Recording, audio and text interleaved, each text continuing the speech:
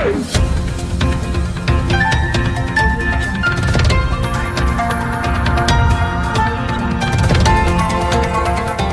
देख रहे हैं मगरा न्यूज राजस्थान, खबरें सबसे तेज।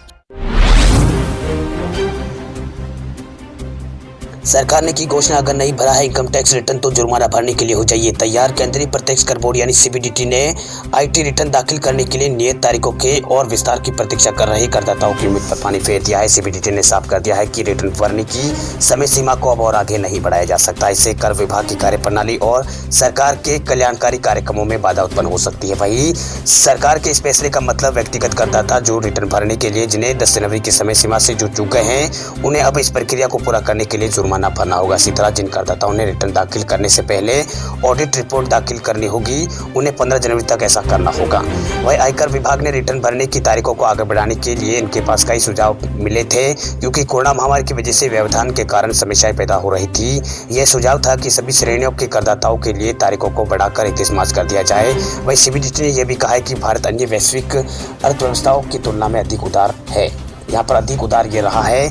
इसके अलावा इस साल दाखिल किए गए रिटर्न के आंकड़ों में स्पष्ट रूप से ये दर्शाता है कि संख्या पिछले साल की तुलना में अधिक है। 2019-20 में करीब 5.62 करोड़ आयकर रिटर्न दाखिल किए गए थे। इस वर्ष 2020-21 में 10 जनवरी से पहले 5.95 आईटीआर दायर यहाँ पर किए गए थे। वहीं सीबीडीटी ने अपने आदेश में कहा है कि आगे कोई भी विस्तार रिटर्न फाइलिंग अनुशासन पर प्रतिकूल प्रभाव डालेगा। उन लोगों के साथ अन्याय होगा जिन्होंने पहले समय से पहले रिटर्न फाइल किया है। वहीं सीबीडीटी ने कहा है कि डेडलाइन को आगे बढ़ाने से कोविड के समय में गरीबों को राहत देने के सरकार के प्रयासों में यहाँ पर बाधा आएगी। बर्ड फ्लू को लेकर योगी सरकार ने यूपी को घोषित किया कंट्रोल्ड एरिया। पक्षियों के आयात पर 24 जनवरी तक रहेगी रोक। बर्ड फ्लू के संक्रमण को देखते हुए उत्तर प्रदेश सरकार ने बड़ा फैसला किया है। यूपी की सीमा से लगे राज्य राजस्थान, मध्य प्रदेश, हरियाणा और हिमाचल में बर्ड फ्लू के संक्रमण को देखते हुए उत्तर प्रदेश को नियंत्रण क्षेत्र घोषित यहाँ पर कर दिया गया है। वहीं प्रदेश में बर्ड फ्लू के संक्रमण को देखते हुए फिलहाल कोई भी पक्षी नहीं लाया जाएगा। वहीं यूपी सरकार ने सभी प्रकार के जीवित पक्षियों को यूपी की सीमा में आयात पर प्रतिबंध यहाँ पर लगा दिया है। 24 जनवरी तक लगे प्रतिबंध के बीच अगर कोई व्यवसायी या परिंदों के शौकीन यूपी में अगर कोई पक्षी लेकर आता है तो उस पर कड़ी कार्रवाई यहाँ पर की जाएगी। आपको बता दें कि कुछ दिन पहले यूपी के कानपुर के चिड़ियाघर में मृत पाई गई जंगली मुर्गियों में बर्ड फ्लू की पुष्टि होने के बाद प्रशासन यहाँ पर हाई अलर्ट पर है। वहीं चिड़ियाघर के सभी बाड़ों में मौजूद पक्षियों को मारने का आदेश यहाँ पर दे दिया गया है। साथ ही चिड़ियाघर से 1 किलोमीटर तक के एरिया को यहाँ पर कंटेनमेंट जोन घोषित कर दिया गया है। इतना ही नहीं, 10 किलोमीटर के दायरे में मांस की बिक्री पर भी प्रतिबंध लगा दिया है। आपको बता दें कि बर्ड फ्लू की पुष्टि होने के बाद 15 दिनों के लिए चिड़ियाघर को बंद किया गया था, लेकिन अब इसे अनिश्चित काल के लिए इस जू को बंद कर दिया गया है। किसी भी चिड़ियाघर में प्रवेश, किसी को भी यहाँ पर चिड़ियाघर में प्रवेश नहीं दिया जाएगा। वह फिलहाल चिड़ियाघर में स्वास्थ्य विभाग की टीमें मौजूद है और पक्षियों को मारने की तैयारी की जा रही है। केंद्र सरकार ने भारत बायोटेक और सीरम इंस्टीट्यूट को दिया कोरोना की वैक्सीन की 6 करोड़ और डोज का ऑर्डर। देश भर में कोरोना वैक्सीन का टीकाकरण अभियान 16 जनवरी से शुरू हो रहा है। ऐसे में सरकार ने सोमवार को सीरम इंस्टीट्यूट ऑफ इंडिया और भारत बायोटेक से कोविड-19 वैक्सीन की 6 करोड़ और डोज का प्रबंधन करने के लिए यहाँ पर कह दिया है। पहले चरण में 3 करोड़ हेल्थ केयर और फ्रंटलाइन श्रमिकों को यहाँ पर टीका लगाया जाएगा, जिसमें 1300 करोड़ का खर्च सरकार को आएगा। वही सरकार ने ऑक्सफोर्ड कोविड-19 वैक्सीन और कोविशील्ड की 1.1 करोड़ डोज जीएसटी सहित 210 रुपये प्रत्येक लागत के लिए सीरम इंस्टीट्यूट ऑफ इंडिया को तैयार रखने के लिए कहा है, जिसे सरकार खरीदेगी। उसमें कुल 1100 करोड़ रुपए सरकार के खर्च हो गए। वैक्सीन का डीपिच मंगलवार को सुबह तक यहाँ पर शुरू होने की संभावना है। वही आदेश के अनुसार कोविशील्ड की प्रत्येक खुराक की कीमत 200 रुपये रखी गई है। 10 रुपये के जीएसटी के साथ इसकी कीमत 210 रुपये होगी। वही सार्वजनिक क्षेत्र के उपक्रम HLL लाइफ केयर लिमिटेड ने केंद्रीय उत्पाद मंत्रालय को आपूर्ति को यहाँ पर आदेश यहाँ पर जारी कर दिया। उन्होंने कहा है कि 1.1 करोड़ खुराक पहला ऑर्डर 231 करोड़ रुपए का होगा। इस बीच प्रधानमंत्री नरेंद्र मोदी ने घोषणा की है कि केंद्र सरकार पहले दौर में लगभग 3 करोड़ हेल्थ केयर और फ्रंटलाइन वर्गों का टीकाकरण का खर्च वहन करेगी और सुझाव दिया है कि सार्वजनिक प्रतिनिधियों और राजनेता इस प्रारंभिक अभ्यास का हिस्सा नहीं होना चाहिए। राज्यों के मुख्यमंत्रियों के साथ बातचीत करते हुए पीएम मोदी ने 16 जनवरी से शुरू होने वाले टीकाकरण अभियान को लेकर कहा है कि दुनिया का सबसे बड़ा टीकाकरण अभियान 16 जनवरी को शुरू होने वाला है।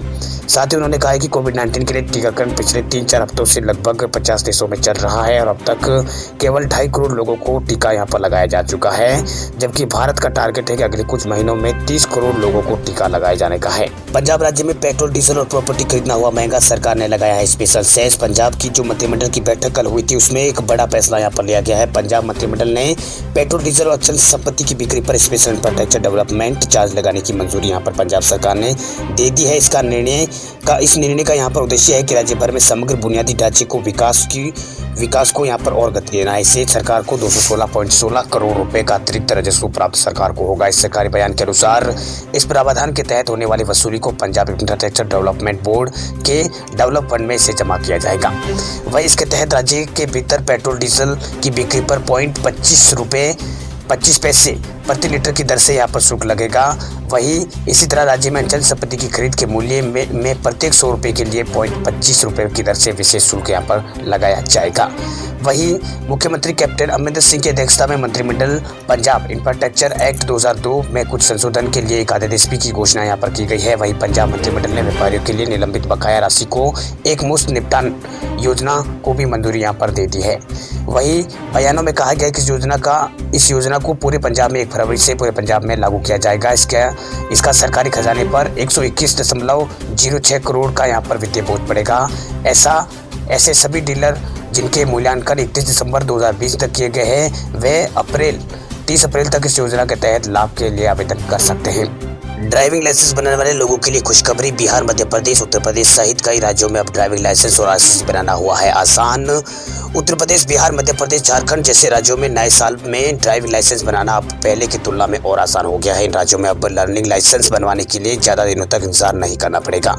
आवेदक को टेस्ट देने के बाद लर्निंग लाइसेंस के लिए जिला परिवहन कार्यालय में महीनों का इंतजार नहीं करना पड़ेगा। अब आवेदक कहीं भी ऑनलाइन प्रिंट ले सकते हैं। वही बिहार में ये सुविधा पटना समेत राज्य के सभी जिलों के परिवहन कार्यालय में शुरू हो चुकी है। वही कुछ राज्यों के परिवहन विभाग ने अब लर्निंग लाइसेंस के लिए शुल्क जमा करने की व्यवस्था में बदलाव कर दिया है। इसके साथ ही मध्य प्रदेश जैसे राज्यों ने भी ड्राइविंग लाइसेंस को लेकर बड़ा बदलाव किया है। अगर आपका भी ड्राइविंग लाइसेंस दूसरे शहर का है और जिस शहर में आप रह रहे हैं आपका एड्रेस प्रूफ है तो आप वहां से भी परमानेंट लाइसेंस यहाँ पर बनवा सकते हैं। वही बिहार जैसे राज्यों में अब स्लॉट बुक होते ही लर्निंग लाइसेंस के लिए 740 रुपये का आपको यहाँ पर 740 रुपये जमा कराना अनिवार्य कर दिया गया है। आपको स्लॉट बुक करते ही लर्निंग लाइसेंस जांच परीक्षा के लिए अपनी सुविधा के अनुसार आपको डेट मिल जाएगी। इसके साथ ही कई राज्यों ने फैसला किया है कि लर्निंग लाइसेंस और गाड़ियों के पंजीयन यानी आरसी के लिए बने नए नियम अब लागू करेंगे और केंद्रीय परिवहन मंत्रालय के निर्देश पर बिहार, पश्चिम बंगाल, उत्तर प्रदेश, झारखंड और छत्तीसगढ़ सहित कई राज्यों में परिवहन विभागों ने यहाँ पर ड्राइविंग लाइसेंस और गाड़ियों के पंजीयन को लेकर नए नियम यहाँ पर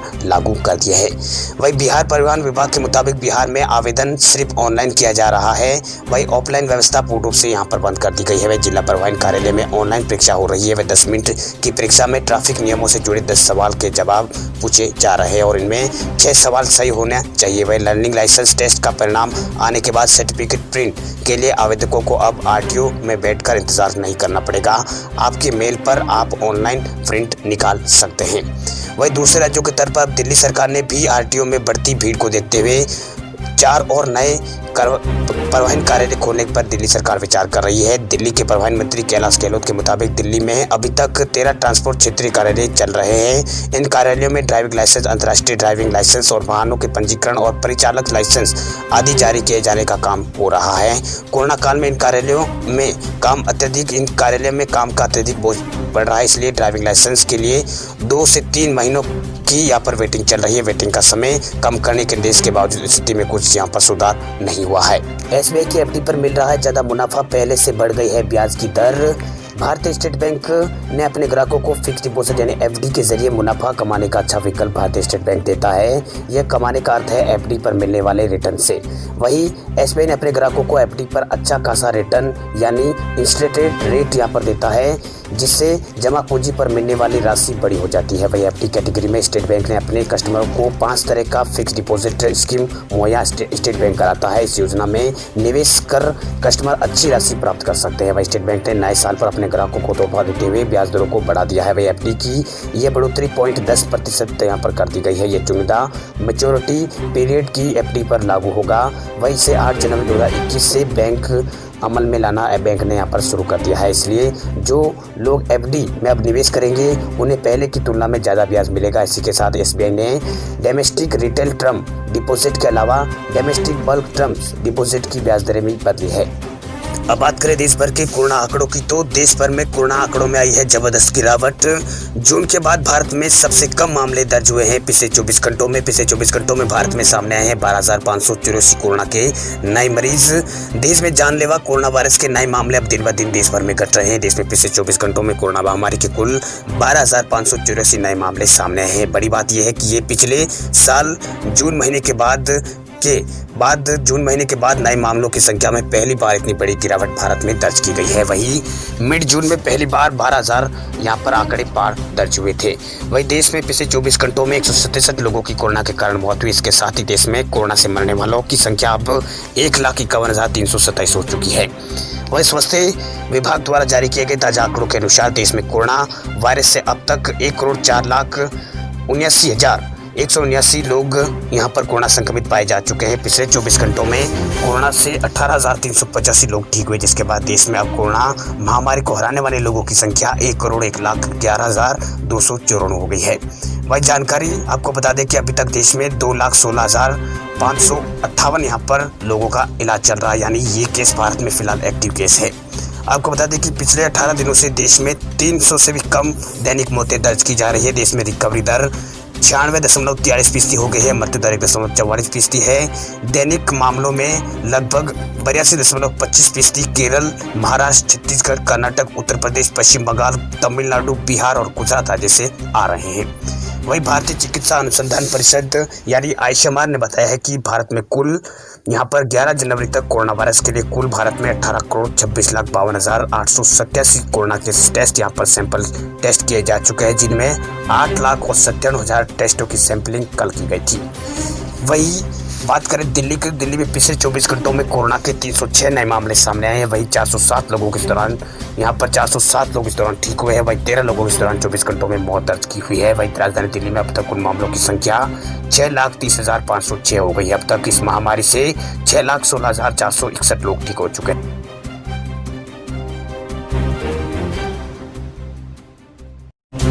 खबरों की दुनिया में आइए हमारे साथ कहीं भी और कभी भी जुड़िए।